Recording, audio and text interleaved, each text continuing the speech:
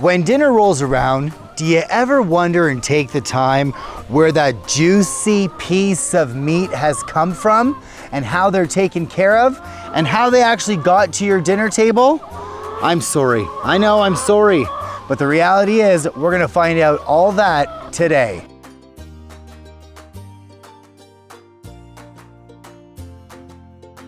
Now, is it true that you cuddle and caress and, make sure that there's extra love for your beef than most beef?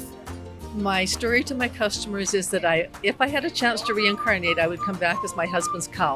It got daily pats, back scratches, cuddles. We've got pictures to show it. And you don't discriminate. So you have cows, chickens, turkeys, what else? Pork. Yeah. And everybody's treated the same with love. They get lots of care. So I've got a much love. picture of my daughter sitting in a turkey house with baby turkeys on her shoulders, on her head. Yeah, everybody loves them. What are your animals eating? The cattle they're on pasture for the summer. So right now they're all out on pastures that give them lots and lots of space. And then hay and silage. Some years we silage, which is simply your grain crop, but before it goes into seed. So it's still in the grass stage. And that goes into silage bags and it ferments like a tobacco plant and keeps lots of protein. And normally if the year is good, then we hay. And that's simply your hay crops cut down and dried and put into bales. So that's what they eat all winter. To touch on space, your cows have a lot of space to run wild. They do. And then what about your chickens? Are your chickens in cages or do the chickens run free? So we're going to talk two kinds of chickens. We have layer hens. So the layer hens have their life in an 80-foot long straw bale barn that we built.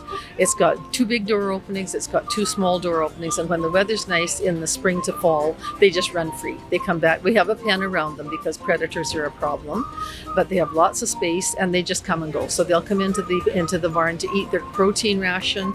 They'll be outside pecking at whatever they're pecking at, and that's where they live.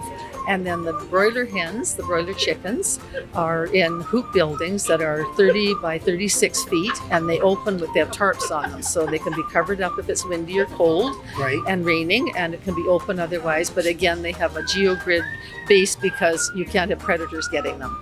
So and that pasture is on pasture, and we move it daily. So every day they're on fresh alfalfa, outdoors in the sunshine, and then just protected from the predators. It seems like there's so much work involved in raising organic animals. Yes. Wow. So, it's the love of the animals, and is it also the love for the people that are eating your meats? It's everything. We want good, clean food for our families. We want the same for anybody that chooses to buy that kind of thing. And many people are starting to look at the comfort of the animals from the products they're buying. And so it's becoming more and more like we've always had that philosophy, but I'm finding at the tables weekly people are asking how we raise them. And in the early years, that didn't happen. So people are starting to be aware that there are other ways to do things. And there's a lot of cuddling, and there's a lot of loving, and there's a lot of petting. And there's a lot of hours. And there's a lot of hours.